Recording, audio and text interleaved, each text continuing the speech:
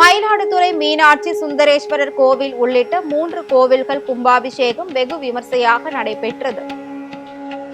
மயிலாடுதுறை மாவட்டம் தரங்கம்பாடி ஞான விநாயகர் கோவில்,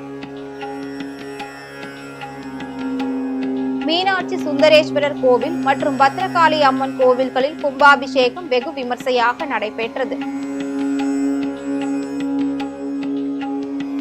முன்னதாக யாகசாலை பூஜைகள் செய்யப்பட்டு மகா தீபாராதனை காண்பிக்கப்பட்டது. அதனைத் தொடர்ந்து யாகசாலையில் இருந்து கடங்கள் புறப்பட்டு சிவாச்சாரியார்களின் வேத மந்திரங்கள் முழங்க புனித நீர் ஊற்றப்பட்டு கும்பாபிஷேகம் நடைபெற்றது.